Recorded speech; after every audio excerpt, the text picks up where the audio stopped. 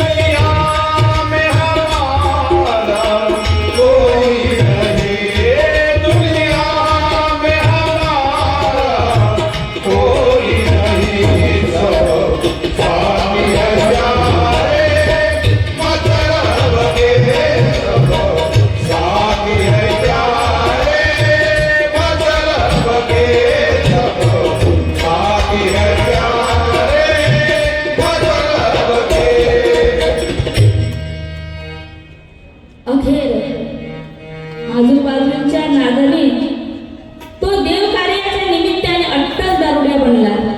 दारूचे व्यसन लागायचेच काय तो अवकाश होता. आणि ते लागले का संसाराच्या नौकेला. एकदा जर का संसाराच्या नौकेला ते दारूचं व्यसन जर का लागलं महाराज, तर त्या संसाराची जी नौका आहे, तर त्या संसाराच्या नौकेला अख्खे भोकं पडतात. आणि ती छिद्र पडल्यानंतर, ते भोकं पडल्यानंतर मग मात्र त्या संसार रूपी नावेमध्ये मग पाणी घुसायला लागतं आणि ती नाव बुडते. तसा हा झिंगरू जी आहे, तर याची सुद्धा नौका, याच्या नौकेला, या शरीर रूपी नौकेला दारूचं व्यसन लागलं आणि ती जी नौका आहे आता बुडणार आहे. आता कोणीच सोबती राहिलं नाही. आणि या झिंगरूजीला फुफ्फुसाच्या रोगाने गिळलं. अंथरुणाला त्याने पकडलं आणि अंथरुणाला पकडल्यानंतर आता मात्र जे दोस्त मित्र होते ते सुद्धा याला कोणी विचारत नव्हतं, तुम्ही उपाशी आहात की तुमच्या घरात काही खायला आहे की नाही. झिंगरूजीच्याकडे आता काहीच नाही. तेव्हा आता झिंगरूजीचा एक मावस भाऊ होता. झिंगरूजीचे मावस भाऊ कोतेगावला, भुलेसरी नदीच्या पलीकडे कोतेगाव होता. आणि त्या कोतेगावला मावस भाऊ होते यादवजी आणि जयाजी. यादवजी आणि जयाजी हे दोघेही जण होते. मग आता झिंगरूजी आपण विचारत नाही. झिंगरूजीचा परिवार आहे, त्या परिवारामध्ये याच्या परिवारामध्ये 2 वेळे खाण्याची सुद्धा सोय नाही. खाण्याची सुद्धा सोय नाही. मग कुठलं औषध, कुठलं काय, औषधीला सुद्धा पैसे नाही. आणि डेबू पाहिला तर किती वय असेल डेबूजींचं? फक्त 9 ते 10 वर्षाचा डेबूजी. 9 ते 10 वर्षाचं लहानसं पोरगं काय करणार आहे ते हे सर्व ते नेत्रांनी हे सगळं चित्र पाहत होता. आणि जेव्हा मावस भावाकडे हा झुमरू आणि याचा परिवार जेव्हा गेला, आता झुमरूजीला हे माहीत पडलं की आता माझा कोणी राहणार नाही, आता माझा कोणीच नाही, आता मी मरणार आहे. पहा सज्जनांनो, जेव्हा आपल्याकडे शक्ती असते, ऐश्वर्य असते, तोपर्यंत माणूस कोणाचं ऐकत नाही. त्याला असं वाटतं की पैसा आहे तो सब भला, पैसा आहे तर सगळंच काही आहे, पैसा आहे तर देवही मिळू शकते, पैसा आहे तर सगळंच काही. त्याला ना समाजकार्य आठवत, त्याला ना समाज आठवत, ना लुडा पांगडा किंवा काहीच त्याला आठवत नाही. तो एवढा जीवनामध्ये उन्मत्त होऊन जातो की त्याला आपला भारत पुढे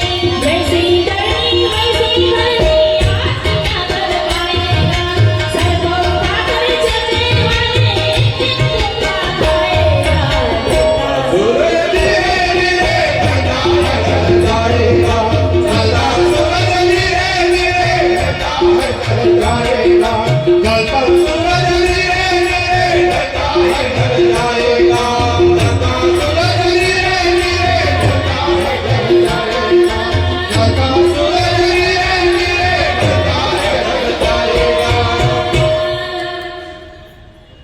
ढलता चढ़ता सूरज धीरे धीरे ढलता है ढल जाएगा. आणि अखेर झिमरूजी आज फुफ्फुसाच्या रोगाने अंतराळाला खिळला आणि त्याला सर्व मागचं पुढचं सगळं काही त्याला आठवायला लागलं. आता झिमरू आता शेवटचा श्वास घेणार आहे.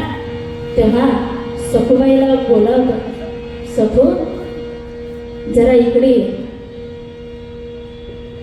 सखूला आज झिमरू काही सांगणार आहे.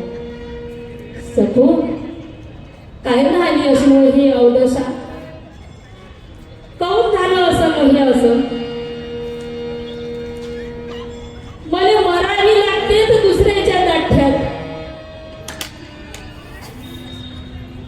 मी शेवट माझा होईल, मी मरण बी ना, मला जाया देते दुसरीचा पैसा. काय ग झालं असं मग सखू हे दारू ना. सखू या दारूच्या यानं अख्खा संसार माझा उद्ध्वस्त झाला. ते दारूच्या पार्ट्या, दारू तिथे कंदुरी. अव सखू जोपर्यंत मायाजवळ पैका होता तोपर्यंत माया दोस्ता मित्रांनी मला लय करलं. पण आता पैका नाही, काही नाही, तर माझ्या औषधीने पण कोणी पैसे लावत नाही. सखू काय झालं असं हे असं. हे बा मी तुला एक सांगून ठेवतो सखू, हे जे देव आहे का नाही देवपाटातले, हे दगडाचे देव फेकून दे. हे देव ठेवू नको. अहो सखू हे जे देव आहे ना, या देवाच्या पायी त्यांना कोंबडा देऊ दे, बकरा देऊ दे. ह्या ज्या परंपरा आहे त्या परंपरेमुळे त्यामध्ये मी फसल्या कारणाने मला हे दारूचं व्यसन पडलं. या दारूच्या व्यसनाच्या पायी अख्खी संपत्ती मी गमावली. सखू माया ऐकशील ना, जेव्हा मी मरून जाईन ना सखू, तेव्हा हे माया एकुलतं एक जे पोरग आहे ना, ह्या पोराले या देवाईपासून दूर ठेव. ह्या पोरगा देवाला नाही मानणारा असला तरी चालन सखू, पण याला चांगलं माणूस बनव. याला देवाला नाही मानलं तरी चालते. कायच्या त्या देवया, कायचे ते ग्रामदेवता, कशाला त्यांना दिलेला नैवेद्य. आणि याच्या पायी सखू मला हे दारूचं व्यसन लागलं. म्हणून सखू या देवजीला पण या मार्गी लागू देऊ नकोस. आणि असं म्हणून झिमराजीने आपला शेवटचा श्वास सोडला, मरणाला मिठी मारली. आणि या मरणामुळे ही जी सखूबाई आहे, तर सखूबाईला अत्यंत दुःख झालं. लहानसा डेबूजी आहे, या डेबूजीने काय करावं, घरी ना कोणती दौलत आहे, ना राहायला घर आहे, ना पैसा आहे. इथे तर 2 वेळ खाण्याची सोय नाही.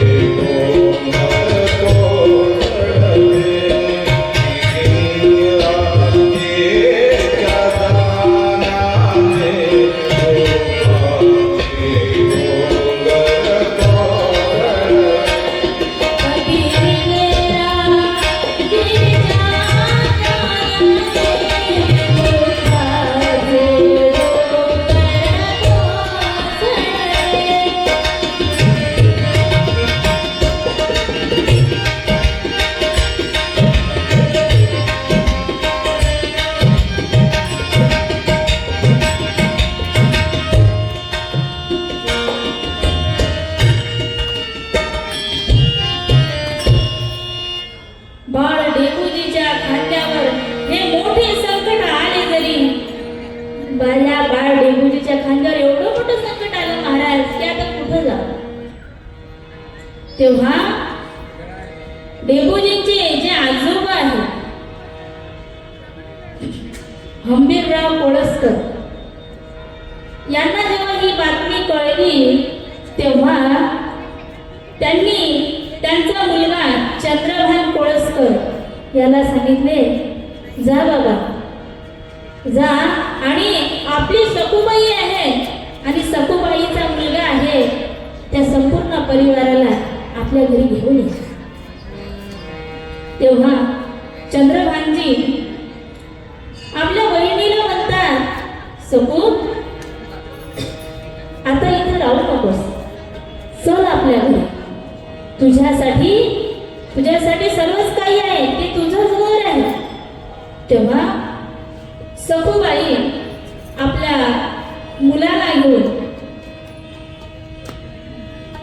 घेऊन दापुरा गावी हे कुटुंब येतं आणि मामाच्या घरी आता हे कुटुंब राहत आहे. आणि मामाच्या घरी राहत असताना महाराज हे जे डेंगूजी आहेत तर हे अत्यंत कामाचे. पहा, संत जे असतात तर ते संत तसंच होता येत नाही. आपल्याला नाही का, आपण साधी देवाची भक्ती करतो, साधी जरी देवाची भक्ती करतो तर आपल्याला असं वाटतं कोणतरी आपला मान करावा, आपल्याला आदर द्यावा असं आपल्याला वाटतं. थोडासा देवाची भक्ती करायला लागला की म्हणतं देरे हरी पलंगावरी. पण संत आहे तर ते संत असे नाहीत महाराज. संत डेंगूजी लहानपणापासून इतके कामाचे आहेत की त्यांच्या कामामध्ये हात कधीच पकडू शकत नाही. आता डेंगूजी मामाच्या घरी वाढू लागले आणि ही जी सखूबाई आहे, सखूबाई जेव्हा काम करायची ना तर डेंगूजी आईच्या कामामध्ये मदत करायचं. सुरुवातीपासूनच त्यांना हे वाटायचं आपण मामाच्या घरी आहे तर आपण काही ना काही काम केलं पाहिजे. आणि सखूबाईच्या कामामध्ये मग इंधन आणून देणे आहे किंवा सडा टाकणे आहे, सारवण करणे, याच्यापासून डेंगूजी आईच्या कामामध्ये मदत करायची. आणि मग असं करता करता काही दिवस डेंगूजीने काम केले. पण डेंगूजी आता थोडासा मोठा व्हायला लागला. डेंगूजीला हे वाटायला लागलं की आणखी याच्यापेक्षा काही मोठं काम करायचं. पहा, देव जो आहे संतांनी कशामध्ये पाहिला तर देव हा त्यांनी आपल्या कामामध्ये पाहिला. महाराज आपल्या कामामध्ये पाहिला. आता श्री संत डेंगूजी आता पुढे काय करणार आहे, हे बाळ काय करणार आहे. बघा, जशा कृष्णाच्या लीला असतात, रामाच्या लीला असतात, त्याचप्रमाणे संतांच्या लीला असतात. आपण जे करतो ते काम कारण आपण आपल्यासाठी करतो, स्वयंपाक बनवतो आपल्यासाठी बनवतो, धन जमावतो ते आपल्यासाठी जमावतो, सगळा आपला स्वार्थ असतो. पण संतांचा स्वार्थ नाही महाराज. मामाच्या घरी आहेत तरी ते परोपकारासाठी ते काय करतात, जगाच्या कल्याणा संतांच्या विभूती देह कष्टविधी परोपकार आहे. चंदनासारखा डेंगूजींनी मामाच्या घरी सुद्धा आपला देह झिजवला. आणि डेंगूजींची जे लीला आहे, चरित्र आहे तर ते काय आहे तर उद्याच्या सत्रामध्ये ठीक 4:30 वाजता आपण हे श्रवण करूया. कारण आता जर का लीलांमध्ये प्रवेश केला तर आणखी 1 तास डेंगूजींच्या लीला चालतात. 4 आपलं 5 तास.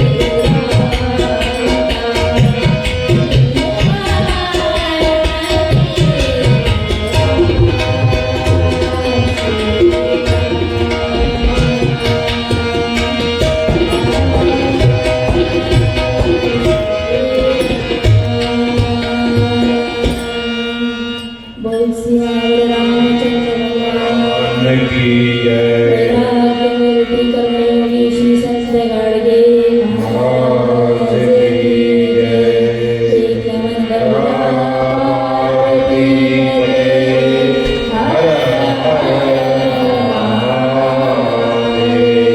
हर हर महादेव हर हर महादेव